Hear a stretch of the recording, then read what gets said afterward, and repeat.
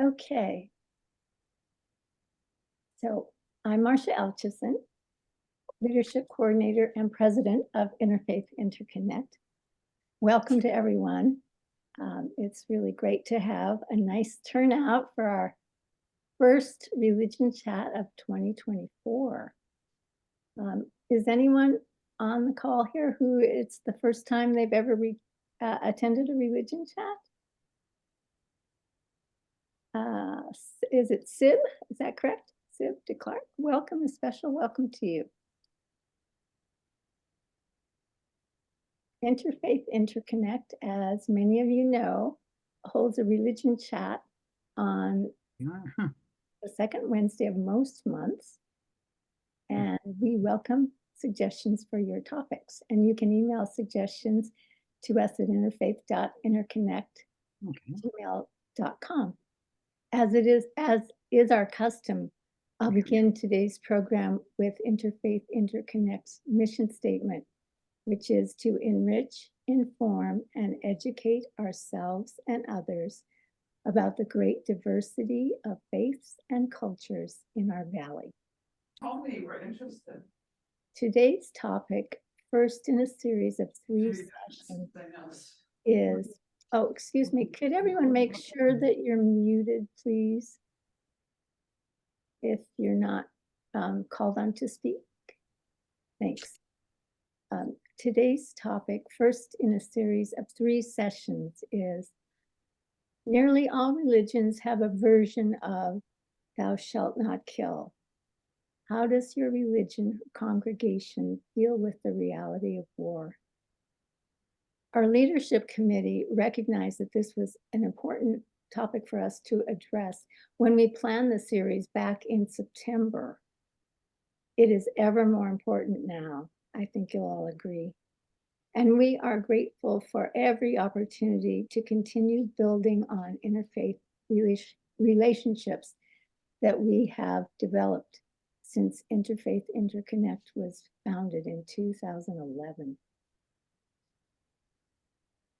Our presenters today are Reverend Sangye Hawke of the Unitarian Universalist Church in Livermore and Father Andy Lobban of St. Bartholomew Episcopal Church, also in Livermore. And each speaker will have 25 minutes total for their presentations, which includes some time for questions.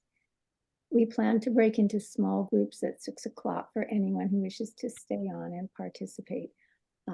So between 6 and 6:30 for breakout groups if you'd like.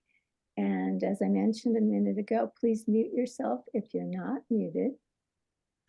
And now let's welcome both of our presenters, Reverend Sangye Hawke and Reverend Andy Lobban. Our first speaker. And Marcia, I'll just mention that I have open closed captions. So if anyone wants to open that on their screen, they can do that. Okay. Thanks. Thank you, Alan. So if you need closed captions, you can open the screen. And our first speaker today is going to be Father Andy. Okay, Andy, are you ready? I am. I owe you all an apology. Very challenging family circumstances had me not in my sort of home spot. So I've been moving around trying to find a place with minimal background noise and a decent internet connection, and I seem to have to choose one or the other. So I really apologize for the background noise. Can I get thumbs up if I'm relatively clearly audible? Okay. All right. That's good. It is wonderful to see you all. I do not have visuals for this presentation, but I look forward to giving as well-organized a presentation on such a complex and difficult topic to talk about as possible, and then hearing some of the questions. The first thing I'd like to start with actually is I'm going to pray what we call the general confession. It is a prayer that we use in many of our worship services. There's different versions of it, but they all have more or less the same content, except for high feast days such as Christmas and Easter. This would appear in almost every worship service that you would go to in the Episcopal Church. So Let us pray. Most merciful God, we confess that we have sinned against you in thought and word and deed, by what we have done and by what we have left undone. We have not loved you with our whole heart. We have not loved our neighbors as ourselves. We are truly sorry and we humbly repent. For the sake of your Son, Jesus Christ, forgive us and grant that we may walk in newness of life to the glory of your name. Amen. Amen. Now, a couple things about that relate directly to the topic at hand. On the simplest level, thou shalt not kill is considered an absolute commandment in the Episcopal Church. It is something that we must follow without the slightest bit of compromise. But the moment we consider how we put it into action in the world in which we've been placed, it becomes a far more complex question than that. And the confession prayer that I just started with does a lot to explain why. You may have noticed that we confess the things we have done and the things we have left undone. Especially those of you with a Catholic background will recognize that as a confession of sins of commission and sins of omission, both of which are considered to be of extreme significance. Well, when it comes to a commandment like thou shalt not kill, it gets even more difficult because the sin of commission is the obvious one. You either are the party who kills another or you directly are complicit in the killing of another. But it gets much more difficult with the sins of omission.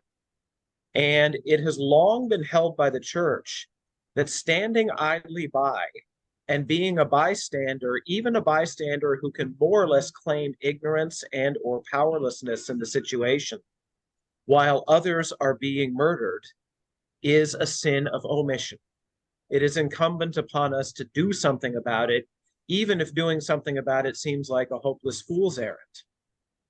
Well, I'm sure you can all see that this leads to what has become actually a historical tension from the earliest days of Christianity. There are some in Christianity who are saying that in order to live into the gospel and into the Torah's commandment, thou shalt not kill, uncompromising pacifism is the only way to go. But there are others, most famously St. Augustine, who said, sometimes that's simply not possible. And out of that, we get this doctrine of just war. And the idea behind just war is we must indeed go to conflict, perhaps even violent conflict, because if we did not, there would actually be more suffering and more loss of human life than there would be if we did. And by not engaging in the just war, we might be committing the sin of omission. So there's this tension. There is really no way to resolve it. That tension has been around since the earliest days of Christianity. That tension predates Christianity, and it is still around today. The most important thing to understand about that tension is that on either side of it, those who take seriously the fullness of how we are required to live into this commandment, thou shalt not kill, dare not get too comfortable in their position to say, well, I'm an uncompromising pacifist and therefore I'm always living into the commandment. I can wash my hands of everything. I have nothing to confess. Well, those on the other side would probably say, be a little careful. There may be a place where you're actually taking that a bit too far, and by omission, you are allowing violence and death to perpetuate. Likewise, those on the just war side of the debate can be called to the carpet for saying it becomes all too easy to justify a war. Where is the bar? Where's the line that things need to cross before we can say violence is justified because it actually can prevent even greater violence that would have occurred if we didn't act? The theologian that I really lean on most heavily in how to handle this tension would be Dietrich Bonhoeffer. That name familiar to some of you? Yeah. Lutheran pastor from the World War II era in Germany, He was perhaps the most significant figure in the German Confessing Church, which was the relatively small part of the German Lutheran Church that did not agree to go along with the Nazi agenda and really stood up against Hitler and his ideology. Bonhoeffer actually tragically did not survive the war. He was hanged for his participation in the attempt to assassinate Hitler just days before Germany surrendered to the Allied powers. But he did not make any attempt to hide his complicity in that assassination attempt. And actually, from prison, he wrote a great deal of personal and theological reflection, some of which is incredibly hard to read. It's deeply emotional, and it obviously tore him apart from the inside. But it was on the ethics of his participation in that plot.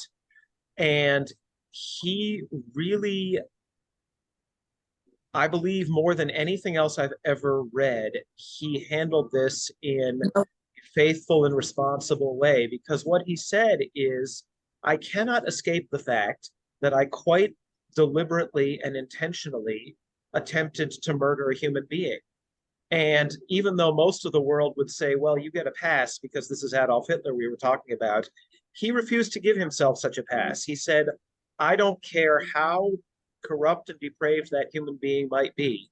He or she is still a beloved creature of God, and therefore the commandment, thou shalt not kill, applies in full. I quite intentionally violated that commandment. And yet by not violating it, I might have had to stand in front of the mirror and look at myself as somebody who was complicit in even more death than would have occurred had I taken the course of action I did. And so he really relied upon something that perhaps more than any other Christian denomination is the linchpin in the Lutheran Church, which is the notion of complete and total grace. The idea being that we simply cannot escape sometimes being sinful human beings. It's wired into our condition right from our birth, and we carry it with us for the entirety of our lives. And even a sin as great as taking the life of another is sometimes one that's placed in front of us, either by commission or omission, and there is no escaping that choice. And we can't wash our hands of it either way. And so in his writing, he simply leaned into God's grace and said, you know, I'm not going to die a sinless person. I'm going to die a forgiven sinner. And even an act that people might have labeled as heroic, as attempting to assassinate Hitler, I can't escape what it really was from a theological perspective, and I'm utterly reliant on God's grace to be okay in a spiritual sense. So that's what I have to say about this extremely difficult and emotional topic. I think there's about 9 minutes remaining for question and answer before we hear from Reverend Sangye. Okay, thank you so much, Father Andy. So if you would like to ask a question, if you could use the hand raise in the reaction box, or raise your hand if we can see you. Okay, we've got Abdul, his hand is up. So Abdul, go ahead and ask your question, please. Yeah, so I'm curious, like in your church, do you have a discussion about the current crisis in Gaza, and how do you handle that? That is a very good question, and to be perfectly honest with you, I have probably not created enough of a space for that. But I'm glad that you actually raise it up, because I feel like since of the three Abrahamic faiths, the one that is perhaps least practically affected by this conflict right now is Christianity. The responsibility that puts on our shoulders is to be the place where some sort of discussion about a combination of justice and mercy that is really experienced fully by all people being affected by this conflict might come to fruition. I think that Christianity might that could be our unique role and our unique voice in that. Thank you for raising the question, because you're making me realize that we really should be doing more. Yeah, so another related question. So usually, like when you see the news, you almost feel like there are now Christians in Gaza. So it is not a Christian problem. But in fact, there are many churches in Gaza and many historic that has been demolished. And so does your congregation have this kind of information that there are actually Christians in not only Gaza, in the West Bank, and the birthplace of Jesus, and the fact that they have not celebrated Christmas the way they normally do? Once again, thank you for raising that. The answer is the information, for sure. Much discussion in a sense of how we might respond to it in a meaningful way. Not nearly as much as I might like. I was actually in the Holy Land October a year and 3 months ago, and one of the people we met was the priest of the Anglican Church in Nazareth, very close to what is believed, I mean, literally across the street from what's believed to be Joseph's historical home. And he's an Arab Palestinian. And he said one of his favorite moments is when Westerners come up to him and say, well, when did you convert to Christianity? And his answer is, oh, about 1,200 years ago. How about you? Because, Christians in the West of mostly European origin seem to believe that somehow it began with us, which is historically ridiculously inaccurate. So, Thank you. Okay, Rena, I think, yes, you have your hand up. Rena, go ahead, please. Yeah, just something brief. I noticed when you were quoting the commandment, you said it was from the Torah. That's the way you describe it, as being part of the Torah, and it was refreshing. I'm glad you said that. Will you say more? What made that refreshing? Oh, because I think of Christians as calling it the Bible, not the Torah. Well, that was one of the first things that our scripture courses in seminary really emphasized is, please don't treat the Bible as if it were some single unified book that appeared magically at the time of Jesus. It is the law, the writings, the prophets, the gospels, the letters, and each needs to be given its own due respect and attention.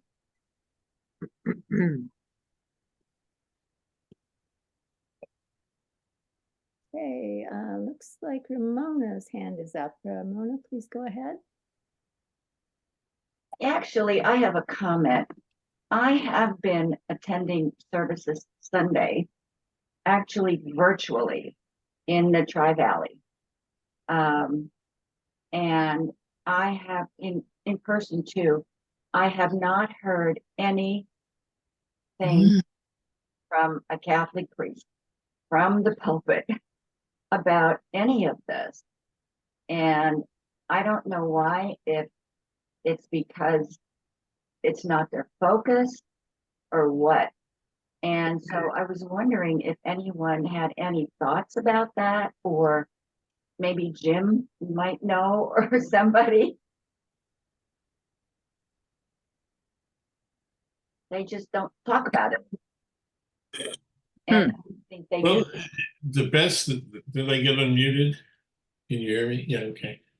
I think the best they could do is in the petitions and prayers, we certainly have prayed for peace. I don't know. I mean, you're right. I mean, the Catholics didn't do a good job during the Second World War either. So I really, all I can basically do is apologize for them not taking a more positive stand. I think that, praying for peace is more than just a prayer. It has to be action.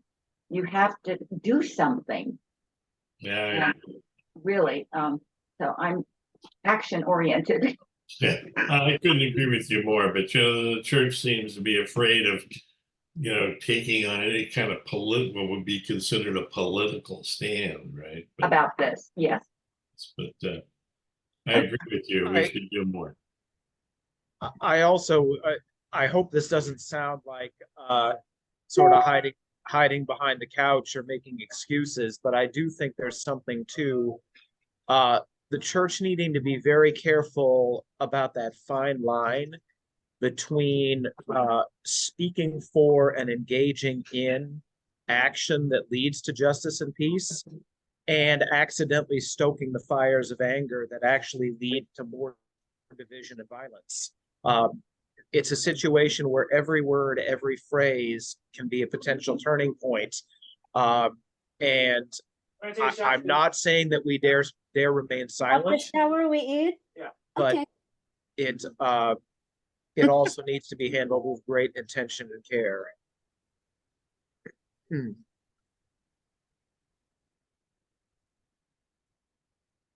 Okay, does anyone else have a question right now for Father Andy?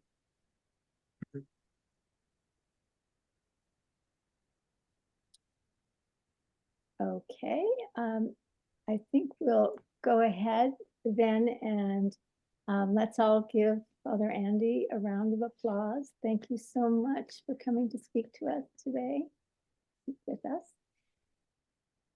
And now we will hear from Reverend Sangye Hawke of Unitarian Universalist Church.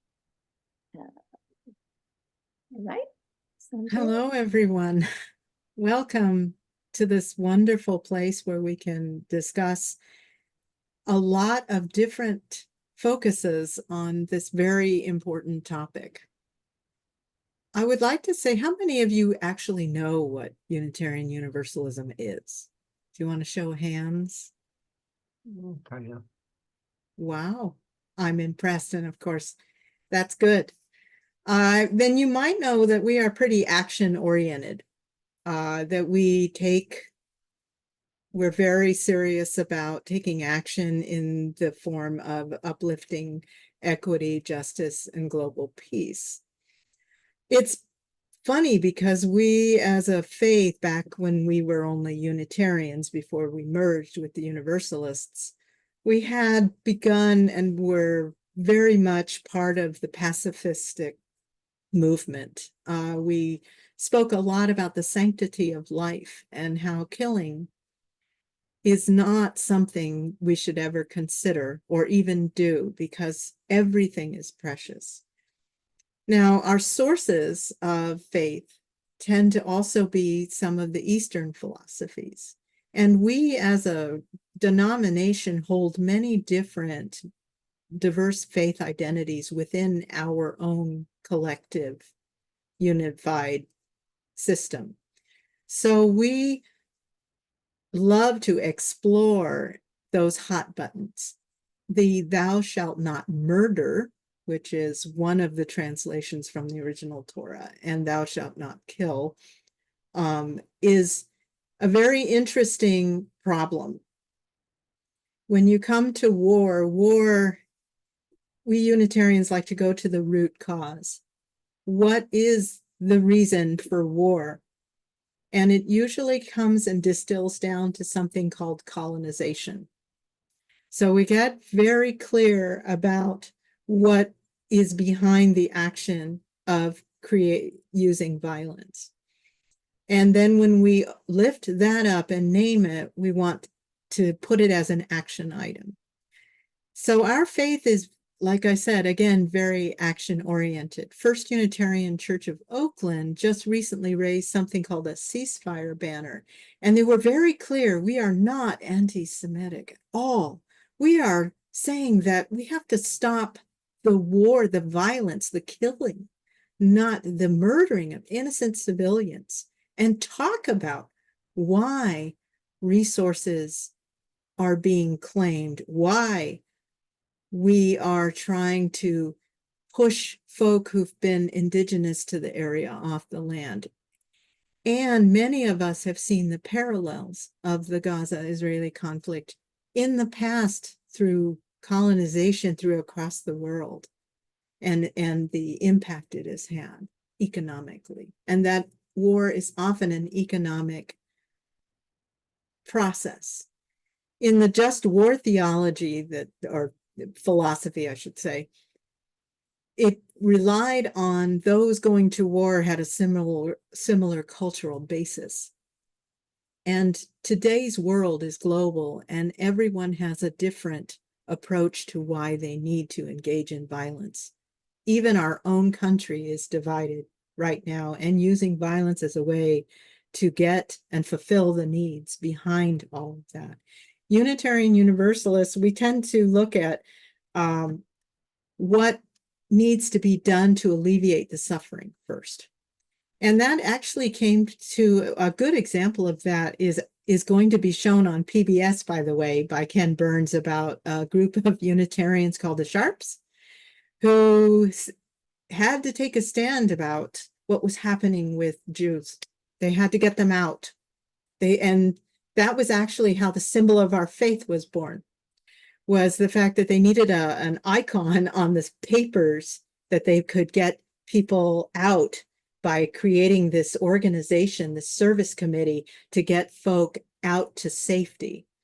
So we tend to take a very practical approach to that because we know that ethically, if there is greed involved, there will be violence.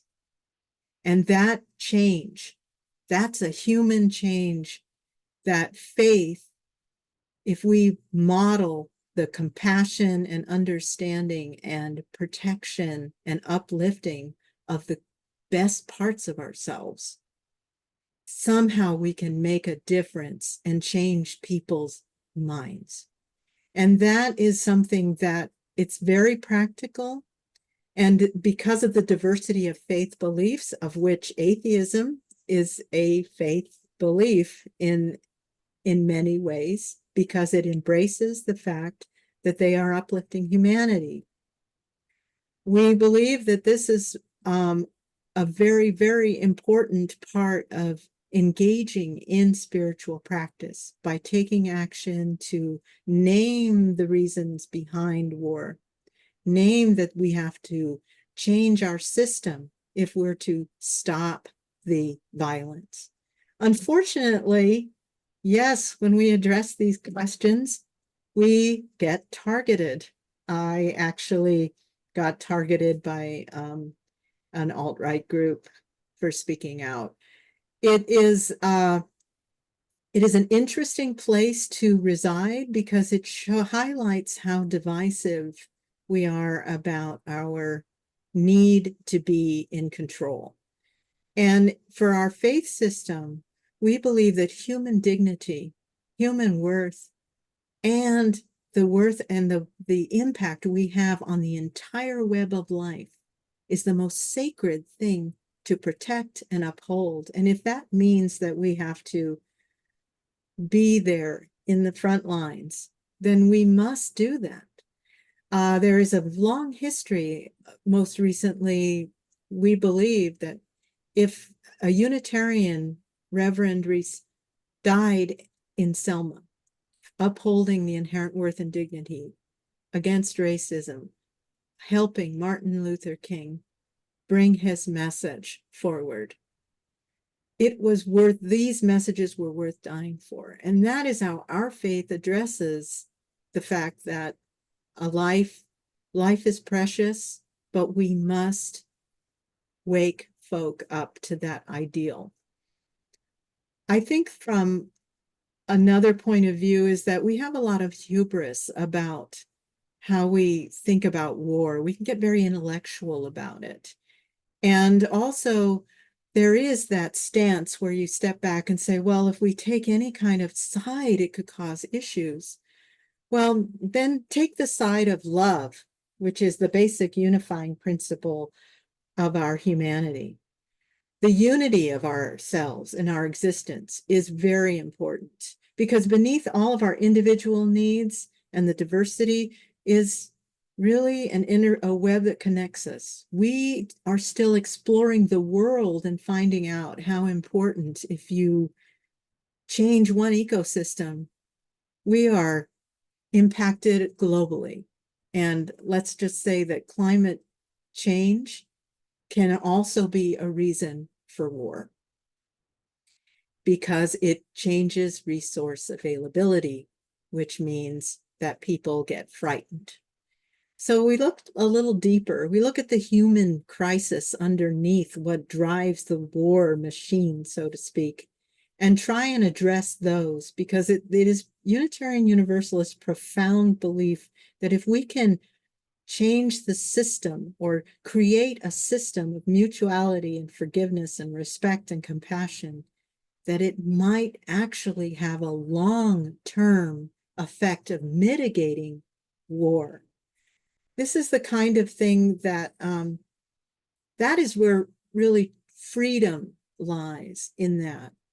As for sin, I think it's a great sin to not take action, to just sit back, and your silence can create a great deal more violence. And recently I was at an uplift of human life at we were having a vigil for all of those who have sacrificed their lives, their reputations. Let's not forget about the people who voiced their support for an unpopular belief, the side of Gazans, of Palestinians, and were doxxed, as the common term was. At Harvard was the site where these students were doxxed because they had a belief system that was different. And our country, our whole country is founded on diversity and freedom of speech. And yet here we are removing that right. And that is a different kind of a war. And it still kills. It kills the spirit. It murders our ability to function in community. And so for Unitarian Universalists, they believe in the very heart underlying all of that. Not just my favorite image. I heard a statement once that that Moses was technically advanced because he used the cloud to download. He was the first downloader from the cloud. And actually, if you look at the description of him carrying the tablets down, God did come to him on a cloud. So go, Moses, use your Apple, download. He downloaded the app of good living, of good ethics, and found when he came down after he descended and he found all of this chaos, it was a good reminder that there were needs that were unmet and that there was no grounding in a basic understanding of how we care for one another. And so that is really at the source of Unitarians believe in caring for one another, for really enacting that, modeling it, living it, into it. And that justice itself is human relationships. And war is that breakdown of human communication. And it is also a product of poor choices that they make within the systems that they've created. So we have the capacity, Unitarian Universalists believe and uplift the capacity of human beings to be self-aware and make different choices. So it is hard. The power systems are hard. And I think in some ways, I like to think of UUs, as we call ourselves, as fearless in this chaotic time, that actually you can open the doors, very much like the Sharps when they created the service committee to help and extract people from danger zones, just like Clara Barton did when she defied the rules that women couldn't be helpful on the battlefield. She defied it and went in and helped during the Civil War. When Reverend Bellows created a sanitary commission in the Civil War because he recognized the importance of fighting infection rather than just cutting the limbs off of all these poor soldiers that were in a situation that they couldn't control. And we also understand that it's really important to listen and to really get your facts straight and to speak from a place of factual strength.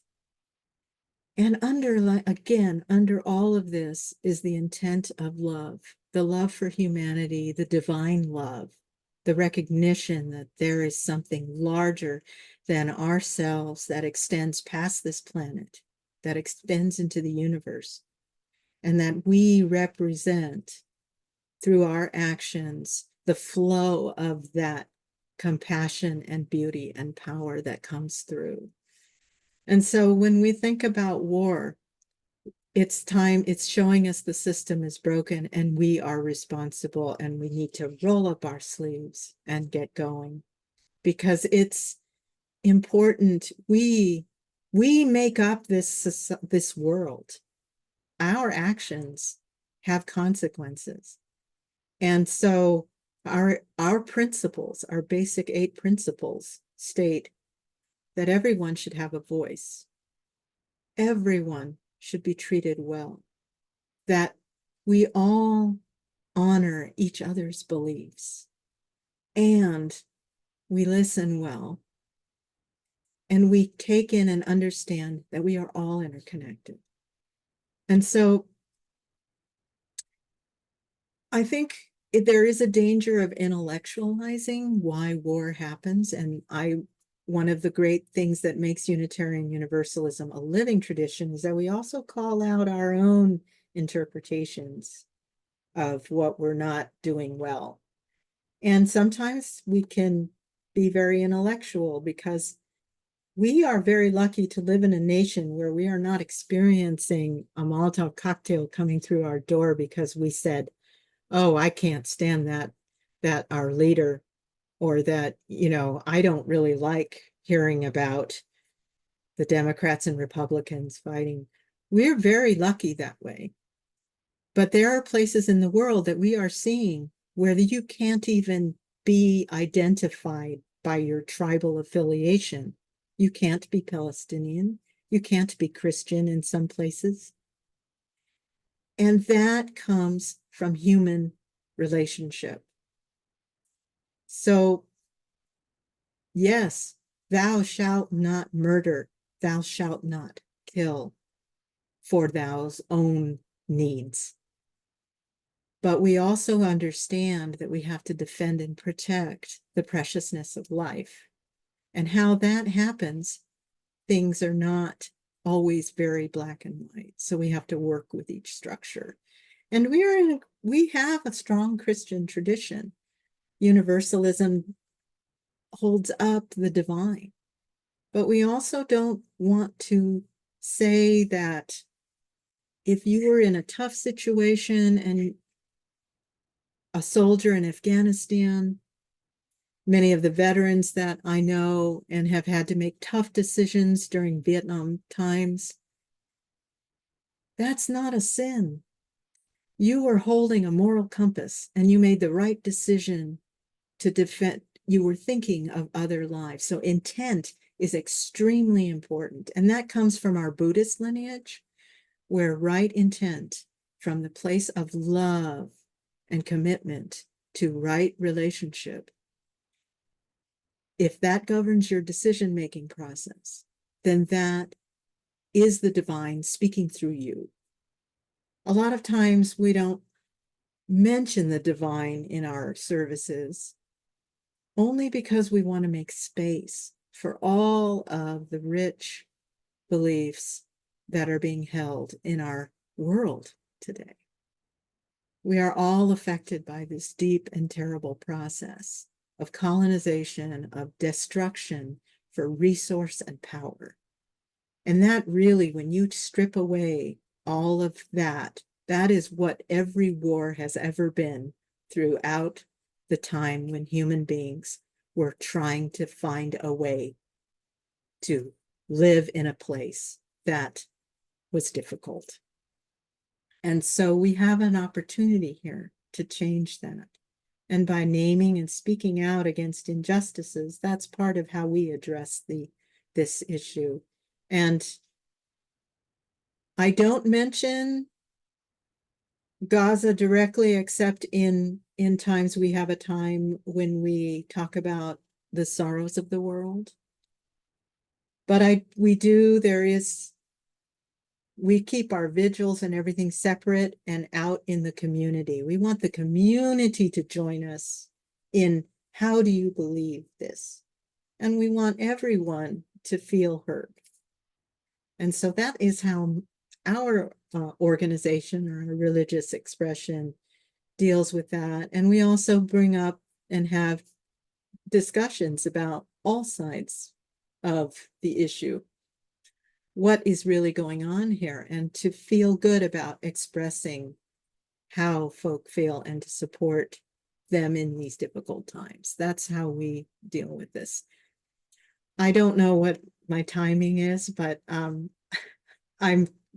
if that's all I have to say, folk, and I just welcome your questions and comments. And if you need to, if you are interested in any of the Unitarian Universalist activities that are going on around the current crises and also other issues, you can just go to our website, and we have a variety of, not my church's direct website, we're rebuilding ours, but the general Unitarian Universalist Association website has a lot of access for different Unitarian Universalist Justice Committee groups throughout our nation that are working on all very different types of war that's happening now, even in our own nation.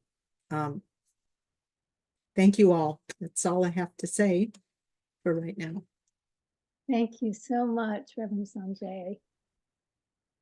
Now, if anyone has any questions for Reverend Sangye about the talk, please, as before, use the reaction, raise hand if you can. Otherwise, you can raise your physical hand.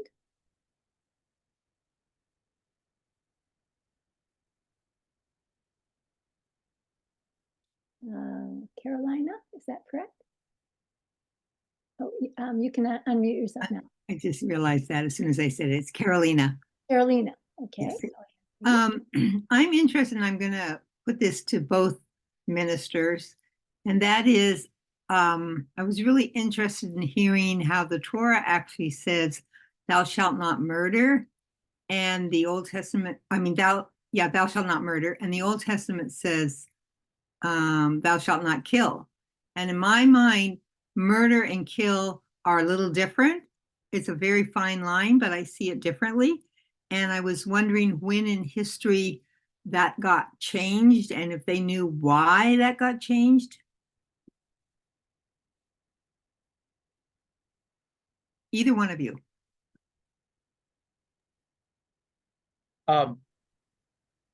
First of all, I'm a little unclear on which distinction you're trying to draw, because I mean the Torah is part of what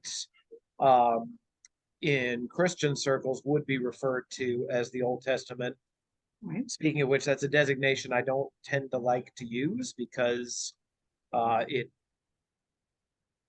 think it de-emphasizes its importance and its validity as a standalone text. I vastly prefer Hebrew Bible as a title for those texts. But honestly, I think what you're referring to mostly is an issue of translation choices more than anything else. Because the commandment you would see in the Torah, of course, would have been recorded in Hebrew, then later translated to Greek in the Septuagint. And then when you have in the Gospels, Jesus reiterating that same commandment, he would have spoken it out loud in Aramaic probably, and yet it was recorded in Koine Greek. You're beginning to understand the problem, I'm sure. I understand the Oh, problem. and let's not And- forget Latin Vulgate. Exactly. We get the Latin Vulgate, and then eventually we get our many, many translations of English Yes. Bibles.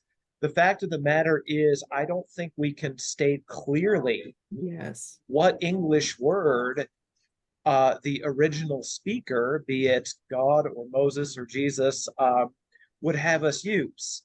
And I'm a little bit leery of really mincing those words, because then we start to make excuses for ourselves. Well, you know, what we're doing is not really murder enough. Like, there's much more important moral discernment to be done here than that. So I don't mean to dismiss your question, but I'm thinking that the wordsmithing might not be the place that we get the most mileage here. English is really not the best language for some of the richness that is seen in the original works. And also, too, if you read the entire description of the conversation with, you know, Moses's journey up into the mountains and then him coming down, and how the God was speaking to him, I think that really brings home that the idea of you shouldn't harm each other through Right. violence of the corporeal body. Mm-hmm. And perhaps that was Tolkien would often talk about the ints.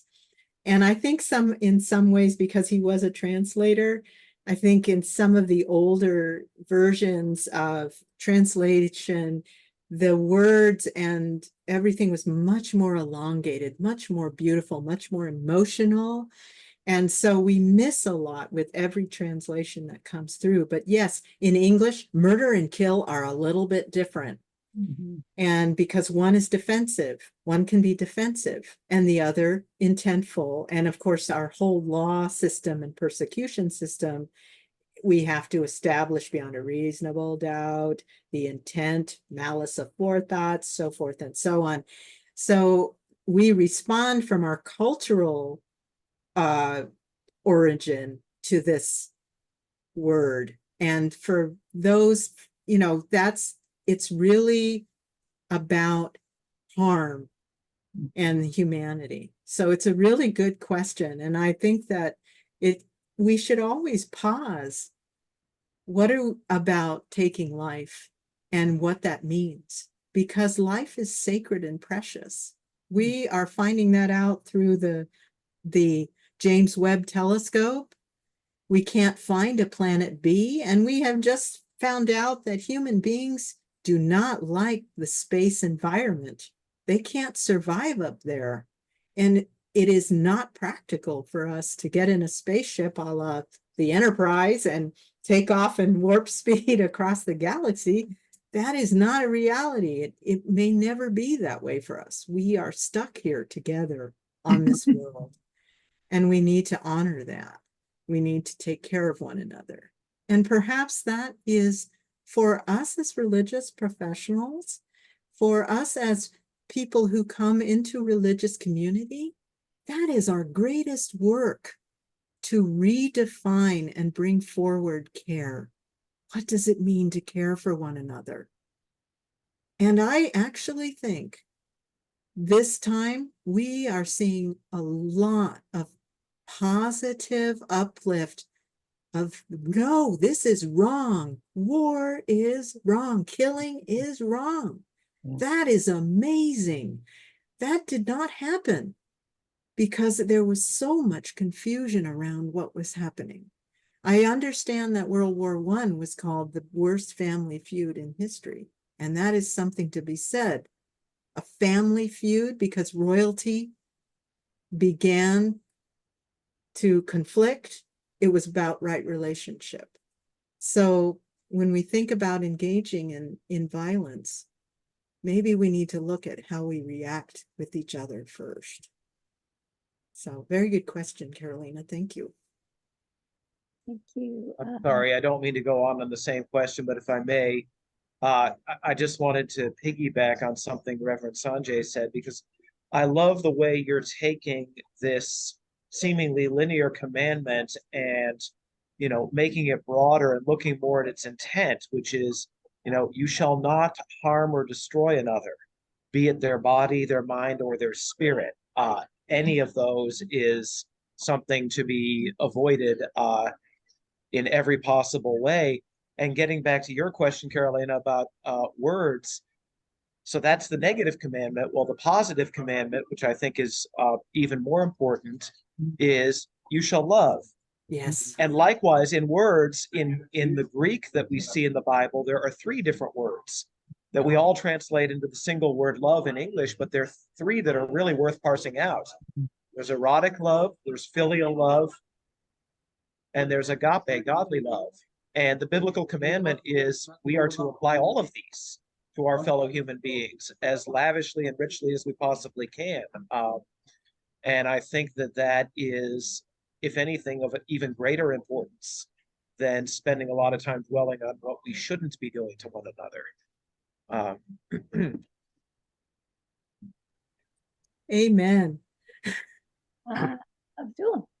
Yeah. Yeah. So I actually, this question is also very interesting because, for example, when you describe, say, George Floyd, he was murdered, you get one kind of reaction from the audience. But if you say he was killed, he was sleeping and he was just killed. So, I mean, in the current crisis, we see like most of the media, they will use murder for one side and then killed Yes. for another side. And it's a way of like minimizing the death of human being, basically. I want to uplift that use of the word minimize. That is actually a technique that is done to create oppression. It is done within our communities as well. We minimize emotions in order to get what we want if we want to validate or uplift a certain power structure. So yes, absolutely spot on there. Looks like we have time to take one more question. Anyone has one last question before we close and break into small groups? Let's see anyone's hand. Okay. Let's give another round of applause to thank our presenters, Father Andy and Reverend Sangye. Thank you so very much. I have a couple of announcements to make, so if you can stay on to hear the announcements, even if you can't stay for breakout groups, please do. We will be continuing this current topic for our next 2 religion chats. The February religion chat on February 14th, 5 o'clock, will feature Rabbi Lawrence Milder from Jewish Congregation Beth Emek and Omar Neeson from Muslim Community Center East Bay. And then our March 13th religion chat, we have 1 speaker confirmed, and that is Manish Singye. I think I'm pronouncing that correctly. And our second speaker is not yet confirmed. So keep an eye out for the details. Some details will come out right before each of those chats. Let's see. I guess that's really, that was the only announcement that I have. So if you are want to stay on for further discussion, stay on. And otherwise, thank you everyone for coming. We really appreciate that. And I will go ahead and turn the recording off right now so I don't forget, because we don't record the breakout discussion. Thanks again, everyone.